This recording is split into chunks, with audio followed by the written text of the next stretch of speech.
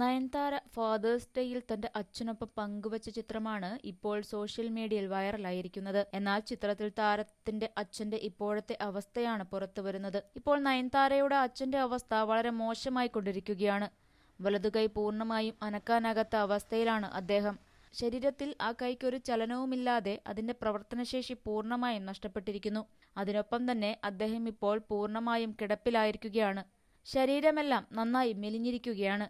നേരത്തെയായിരുന്നു അത്രയും നിലനിർത്താനാകാത്ത ശരീരവും ആത്മവിശ്വാസവും ഒട്ടുമിക്ക കാര്യങ്ങളിലും മറ്റുള്ളവരുടെ സഹായം ആവശ്യമായ അവസ്ഥയുമാണ് ഇപ്പോഴുള്ളത്.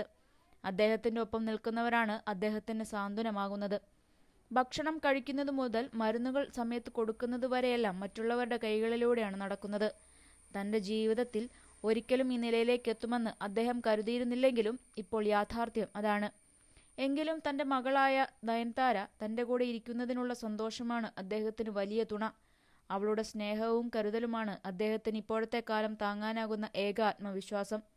ഈ അവസ്ഥയിൽ പോലും ഒരു പുഞ്ചിരിയോടെ നയൻതാരയെ കണ്ട് തിരിഞ്ഞു നോക്കാനുള്ള ആഗ്രഹം മാത്രമാണ് അദ്ദേഹത്തിന് ബാക്കിയുള്ളത്.